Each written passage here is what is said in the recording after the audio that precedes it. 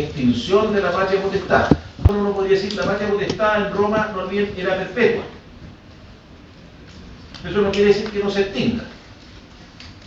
Pero la forma natural de extinguirse sería por la muerte del padre. Ahora, al morirse el pater, los que estaban directamente sometidos a él se liberan. Pero lo mismo va a ocurrir si el pater familia, por ejemplo, pierde la ciudadanía romana. O si el pater familia queda como esclavo.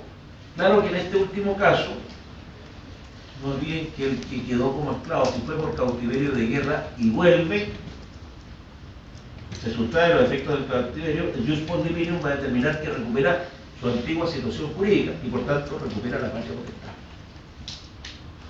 Y los que se habían liberado de esta y que hoy día estaban en condición de sui juris vuelven a ser alieni juris.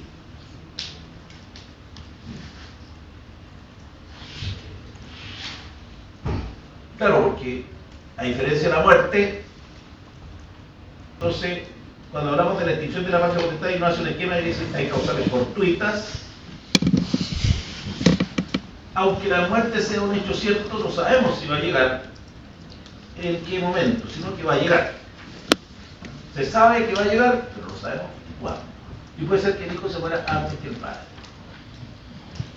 Y también eso va a poner término a la patria potestad, porque uno no puede tener la patria potestad sobre algo que no existe. Es como si yo fuera dueño de este lápiz alguien lo destruyera, ya no soy dueño del lápiz. Ahora, me deben el valor del lápiz, pero ya no soy dueño del lápiz. No hay propiedad, porque propiedad recae sobre una cosa y la patria potestad recae sobre el hijo. Si el hijo está muerto, ya no hay patria potestad. Ahora, hay entonces distintas causales que podríamos llamar fortuitas. Lo mismo vamos a ver en relación al matrimonio, más adelante, en cuanto a su regulación. Pero también, y esto es lo sintomático en Roma, puede ser que la patria potestad se extinga por un acto voluntario del pater familia, del titular de la patria potestad. Y eso es ajeno a nuestro sistema jurídico.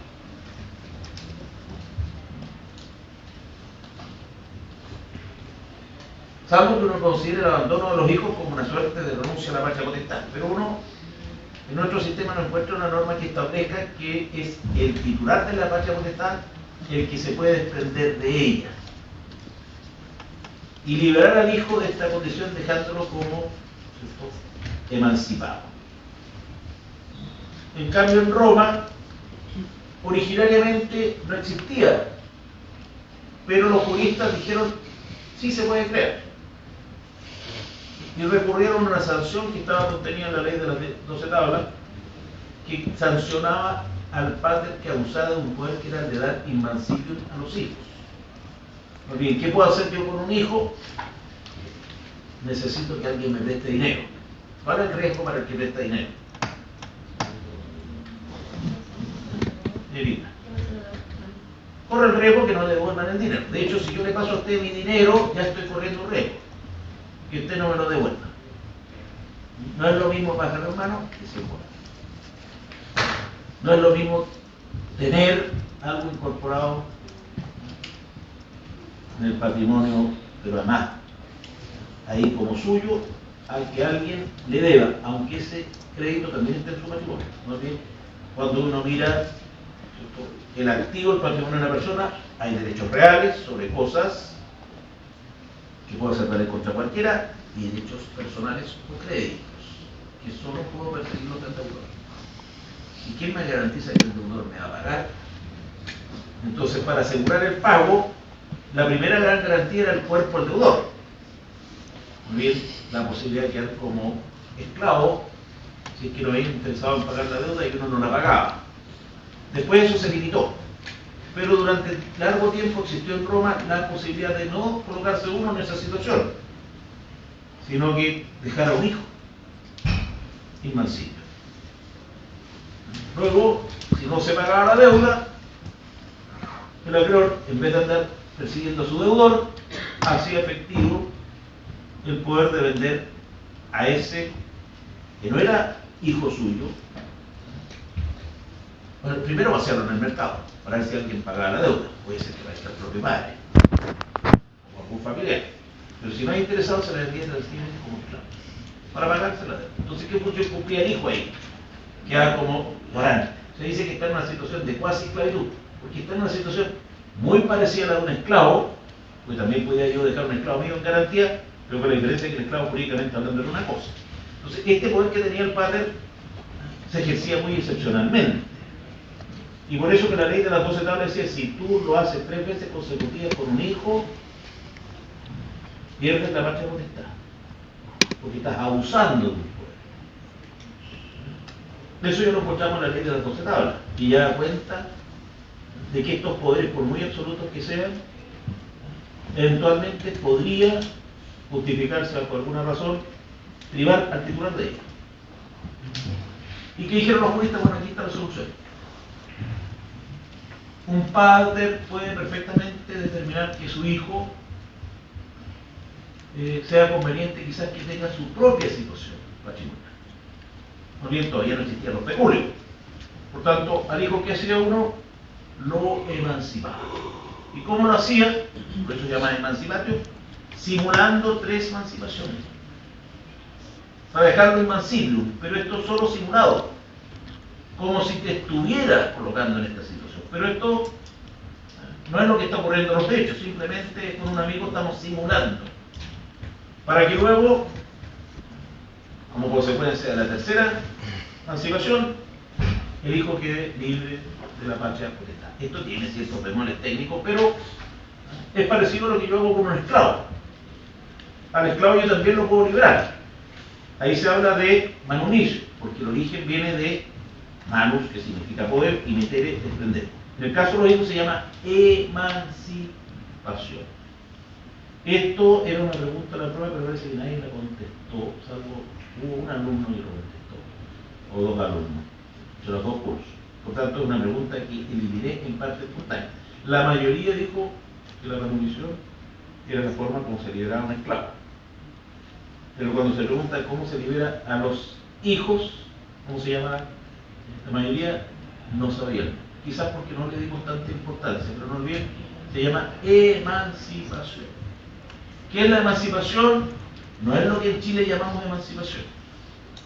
En Chile llamamos emancipación a la liberación o extinción de la patria potestad, más que nada a la extinción de la patria potestad. Pero que en ningún caso opera bajo un acto voluntario, sino que opera básicamente en virtud de una resolución judicial o por la sola disposición de la ley. Por eso que distingue la emancipación judicial y la emancipación, eso vamos a llamar legal. La más importante desde el punto de vista práctico es la legal, es la más frecuente, al llegar el hijo a la mayoría de edad. O por morir el padre o madre titular de la patria potestad sin que exista otro padre o madre que la pueda ejercer. Eso no quiere decir que el hijo pasa a ser plenamente capaz, porque su capacidad negocial no se ve necesariamente alterada por esto. En cambio, al llegar a la mayoría de edad, su situación patrimonial cambia porque ahora no solo es dueño de los bienes, sino que ahora los puede administrar libremente. No olviden que en todo caso ya podía administrar los bienes que eran producto de su trabajo, porque existe el periodo industrial o profesional. Ahora, y la emancipación voluntaria quizás en Chile no tiene mucho sentido, porque no olviden, las personas sometidas a patria potestad son menores de edad. Y la patria potestad, más que un derecho, es un derecho deber. Por eso que nos admite renuncia, propiamente dada. Cuando yo tengo un derecho, yo obedezco y renuncio a él. Y si yo soy el titular de la patria potestad en Roma, como yo tenía potestades, más que deberes como consecuencia de la patria potestad, yo podía liberar a este hijo de la patria potestad. No porque yo me quisiera desentender, sino porque yo ya entendía que quizás ese hijo ya podía él tener su propia situación patrimonial. Algo que el derecho viejo no permitía. Porque el derecho viejo contemplaba esto como una sanción al abuso de un poder. Pero acá no vamos a abusar del poder, vamos a simular como si estuviéramos abusando del poder, al abusivo efecto. Entonces, la emancipación en cuanto a su forma, en Roma originariamente se le llama clásica a la que surge de la respuesta a los juristas, que toman como base esa sanción que preveía la ley de las 12 tablas, pero recurriendo a una simulación. Simular es aparentar. no vi que la simulación no siempre es ilícita, pero por regla general quienes simulan buscan pasar a llevar una protección legal o afectar a otros. Acá es lícito. Lo que se pretende es producir un efecto que la ley o la regulación de la época no contemplaba, pero que ya se considera como quizás adecuado. Y por tanto, porque no olviden que también en algún momento ya la plena capacidad los dijo y hacer a partir de los 25 años si es que eran sui juris. Pero si eran alien juris, era por el resto de sus días. Pero ¿por qué un padre no iba a liberar a un hijo la patria potestad? Pero no era una obligación, era un derecho. ¿Qué es la emancipación? Es un acto jurídico. Vamos a estudiar lo que es un acto jurídico unilateral.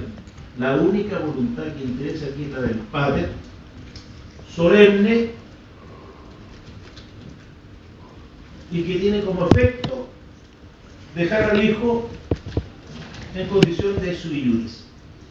No es lo que ocurre en la dación en adopciones, donde yo me desprendo de la patria potestad, pero mi hijo sigue siendo alien ius, porque ahora queda sometido al poder de otro.